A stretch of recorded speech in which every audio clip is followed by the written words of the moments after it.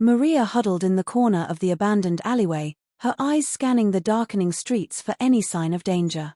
She had been living on the streets for as long as she could remember, ever since her family had abandoned her.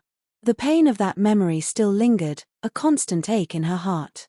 As the sun dipped below the horizon, Maria's stomach growled with hunger. She rummaged through the nearby trash cans, searching for scraps to eat. The smell of rotting food and decay filled her nostrils, making her gag. But she was used to it. This was her life now. As she ate, Maria's thoughts wandered to her family. Why had they left her? Didn't they love her? The questions swirled in her mind like a vortex, pulling her down into a sea of despair. Just as Maria was starting to lose hope, she heard the sound of footsteps approaching. She tensed, ready to defend herself if necessary. But as the figure came into view, Maria saw that it was just an old woman, her face lined with wrinkles and kindness. The old woman smiled at Maria and held out a small package. "Here, child," she said. "I brought you some food and a blanket. You look like you could use it." Maria's eyes welled up with tears as she took the package. No one had shown her kindness in a long time. She felt a spark of hope ignite within her, a flame that flickered to life in the darkness.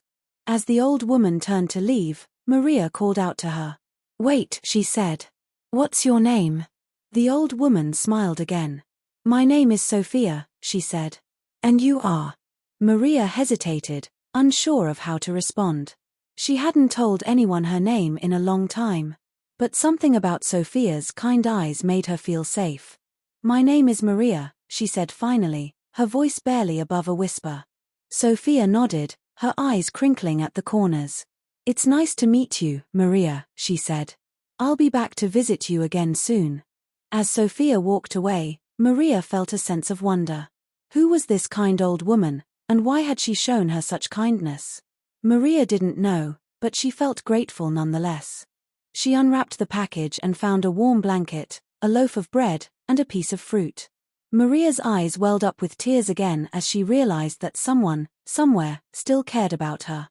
As she ate and wrapped herself in the blanket, Maria felt a sense of peace wash over her. It was a small, fragile thing, but it was enough to give her hope.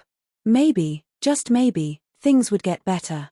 Maybe she wouldn't be alone forever. The darkness still surrounded her, but Maria felt a tiny spark of light within her. And for the first time in a long time, she felt like she might just make it through the night. Days turned into weeks, and Maria found herself looking forward to Sophia's visits.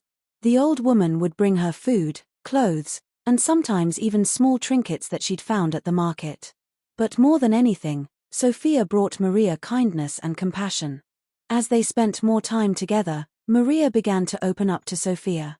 She told her about her life on the streets, about the struggles she faced every day, and about the deep-seated fear that had taken up residence in her heart. Sophia listened attentively, her eyes filled with empathy and understanding.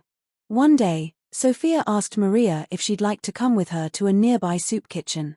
Maria hesitated at first, unsure of what to expect. But Sophia reassured her, promising that she'd be safe and that she'd get a hot meal. Maria agreed, and together they walked to the soup kitchen. The smell of cooking food wafted through the air, making Maria's stomach growl with hunger. Inside, the kitchen was bustling with activity. Volunteers were busy serving food, while others were sorting donations and chatting with the patrons. Sophia led Maria to a table, where a steaming hot meal was waiting for her. Maria's eyes widened as she took in the spread before her. There was soup, bread, vegetables, and even a slice of cake for dessert. As they ate, Sophia introduced Maria to the volunteers and patrons. Maria was surprised by how friendly and welcoming everyone was. For the first time in a long time, she felt like she belonged. After the meal, Sophia took Maria to a nearby park. The sun was shining, and the air was filled with the sweet scent of blooming flowers. Maria felt a sense of peace wash over her as she walked alongside Sophia. As they strolled, Sophia asked Maria about her dreams and aspirations. Maria hesitated, unsure of how to respond. She'd never really thought about her future before. She'd always been too busy surviving. But Sophia's question sparked something within Maria. She began to think about what she wanted to achieve, about what kind of life she wanted to lead. For the first time in a long time, Maria felt a sense of hope and possibility. As the sun began to set, Sophia walked Maria back to the alleyway where she slept. Maria felt a pang of sadness, knowing that she'd have to return to her life on the streets. But Sophia reassured her, promising that she'd be back to visit soon. As Maria settled in for the night, she felt a sense of gratitude towards Sophia.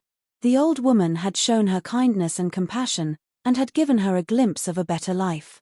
Maria knew that she still had a long way to go, but for the first time in a long time, she felt like she might just make it.